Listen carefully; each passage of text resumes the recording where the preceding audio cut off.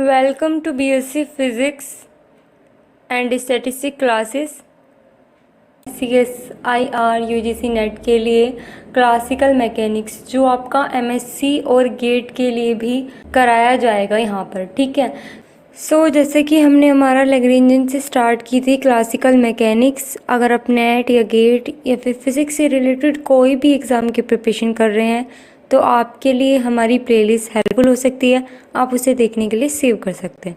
आज का हमारा टॉपिक है ट्रेजेक्ट्री।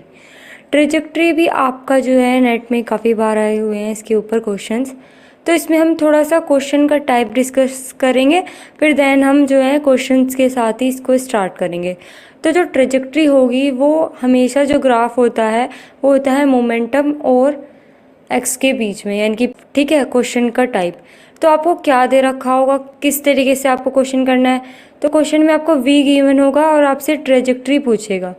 सेकंड, या फिर कंडीशन या सिचुएशन गिवन होगी और बोलेगा कि ट्रेजेक्ट्री बताओ कि क्या होगी। तो इसमें कुछ केसेस होंगे, ठीक है। केस है आपका कि आपको वी गिवन है, ठीक है, तो आपको ग्राफ बनाना होगा। तो वहाँ पे आप एनर्जी लाइन ड्रॉ करोगे जो कि पैरेलल होनी चाहिए एक्स एक्सिस, यानी कि एक्स एक्सिस ये है।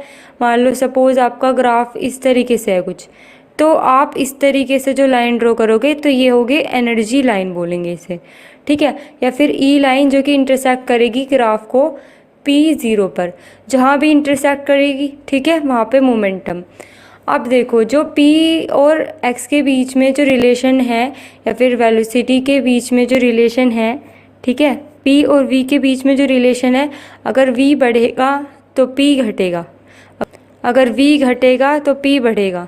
और V क्या है, V आपका कोई भी कांस्टेंट है, ठीक है, और P भी जो V है वो भी कांस्टेंट। अगर V कांस्टेंट है तो P भी क्या होगा, कांस्टेंट होगा, ठीक है। ये बात आप ध्यान रखेंगे। और P इक्वल होता है ये मोमेंटम है, ये P, और V पोटेंशियल है, ठीक है। तो अगर पोटेंशियल बढ़ेगा तो मोमेंटम घटेगा इस तरीके से, और अगर ये घटेगा तो ये बढ़ेगा, ठीक है। अगर P पॉजिटिव है तो जो डायरेक्शन होगी एरो की वो पॉजिटिव तरफ होगी, यानी कि जैसे कि एक्स एक्सिस है, यहाँ पे P है, ठीक है। अगर P पॉजिटिव है तो मान लो सपोज हमारा ग्राफ बन रहा है तो इसकी डायरेक्शन कुछ एरो की इधर की तरफ होंगी, ठीक है। अगर नेगेटिव है तो नेगेटिव की डायरेक्शन किधर होगी, इधर की तरफ, इस तरीके से, ठीक है। अगर V आपको दे रखा है क्वेश्चन में तो आपको X निकालना है पहले। अगर X निकाल जाता है तो ठीक है, फिर क्वेश्चन कीजिए इसका V डैश का मतलब है कि dV/dx, देन 0 के इक्वल रखिए, तब X की वैल्यू फाइंड कीजिए, फिर इक्विलिब्रियम पॉइंट्स देखेंगे। तो देखो जो आपकी वैल्यू आएगी यहाँ पे X की, ठीक है, और जब आप V डैश रख के जो वैल्यू आएगी, ठीक है, तो उसमें आपको X ये पॉइंट रखने हैं। पॉइंट रखने के बाद अगर आपका नेगेटिव आता, वो अगर नेगेटिव आता है पॉइंट रखने पर तो वो होगा मैक्सिमम, अगर ज़्यादा आता है तो होगा मिनिमम, ठीक है। देखो ये कंडीशन, अगर डिफरेंशिएशन डबल डिफरेंशिएशन आपका 0 से छोटा है तो मैक्सिमम होगा, और अगर ज़्यादा है तो मिनिमम होगा। अब इसको ग्राफ के थ्रू कैसे समझेंगे, तो देखो मैक्सिमा कहाँ होगा, जैसे इस तरीके का एक ग्राफ है तो जो ऊपर का ये हाईएस्ट पॉइंट होगा यहाँ पे इसका होगा मैक्सिमा। कहने का मतलब मैक्सिमा आप इस तरीके से याद रख सकते हो, अगर आप यहाँ पे बॉल डालो और स्टेबल और अनस्टेबल क्या होगा, तो स्टेबल मिनिमा होता है और मैक्सिमा जो होता है वो अनस्टेबल होता है। वो कैसे, अगर आप मान लो सपोज ये इस तरीके से कोई पहाड़ टाइप है, ठीक है, आपने यहाँ बॉल रखी तो बॉल क्या यहाँ रुक पाएगी, स्टेबल हो पाएगी, नहीं हो पाएगी, और जबकि ये क्या है, मैक्सिमा है, ठीक है। और अगर आपकी यहाँ पे आ जाती है वो बॉल तो यहाँ पे स्टेबल होगी ना, क्योंकि यहाँ से तो वो फिसल सकती है इस तरीके से। तो यहाँ पे जबकि हम मिनिमा है लेकिन यहाँ पे जो है स्टेबल कंडीशन आपकी अराइज होगी। ये बात क्लियर हुई आपको। तो ये है आपकी ट्रेजेक्ट्री। पहली तो सिचुएशन ये है कि आपको गिवन होगा V, X निकालना होगा। सेकंड सिचुएशन आपकी ये है, अगर आपको कोई कंडीशन या सिचुएशन दे रखी हो, ठीक है, तो आप क्या करेंगे, सबसे पहले एनर्जी चेक करेंगे कि कंजर्व है या नहीं है। अगर कंजर्व है तो इसका मतलब कोई भी एनर्जी का लॉस नहीं हुआ है, ठीक है, और उसे कंजर्वेटिव सिस्टम कहेंगे, जिसमें ट्रेजेक्ट्री कभी भी एक दूसरे को इंटरसेक्ट नहीं करती। सपोज इस तरीके से ट्रेजेक्ट्री है तो ये इस तरीके से आपस में इंटरसेक्ट नहीं करेगी, ठीक है।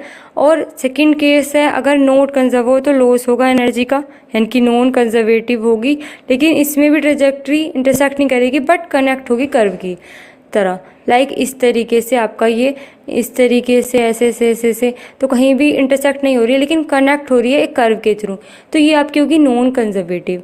नेक्स्ट आपकी जो बाउंड कंडीशन होती है, बाउंड कंडीशन क्या होती है, ठीक है, या फिर बाउंड मोशन क्या होता है। बाउंड मोशन होता है जो पार्टिकल उसी कोई दो लिमिट आपने वैल्यू ले ली, ठीक है, कोई भी वैल्यू ले ली 2x की, मान लीजिए 1 और 2 है, उसके बीच में ही आपका जो पार्टिकल है वो बाउंड रहेगा, मतलब इससे ना इधर जा सकता है ना इधर जा सकता है, कहने का मतलब बाउंड रहेगा।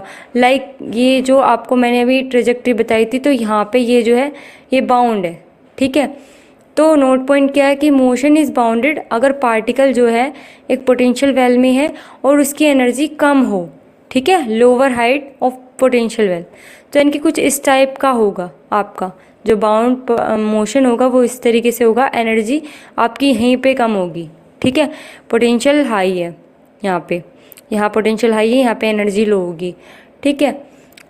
यानी कि particle A will be bound होगा अगर ई एनर्जी जो है जो हाईएस्ट वाला है V2 से, ठीक है, उससे कम होनी चाहिए। यानी कि कहने का मतलब सिंपल अगर लैंग्वेज में हम बोलें तो पोटेंशियल से कम होनी चाहिए, तब आपका पार्टिकल कहलाएगा बाउंड। नेक्स्ट क्वेश्चन जो हम इस टॉपिक से रिलेटेड डिस्कस करेंगे वो है ये, आप चाहें तो इसे ट्राई कर सकते हैं, बाकी हम इसे डिस्कस करेंगे नेक्स्ट वीडियो में। Thanks for watching, like share subscribe, okay, thank you.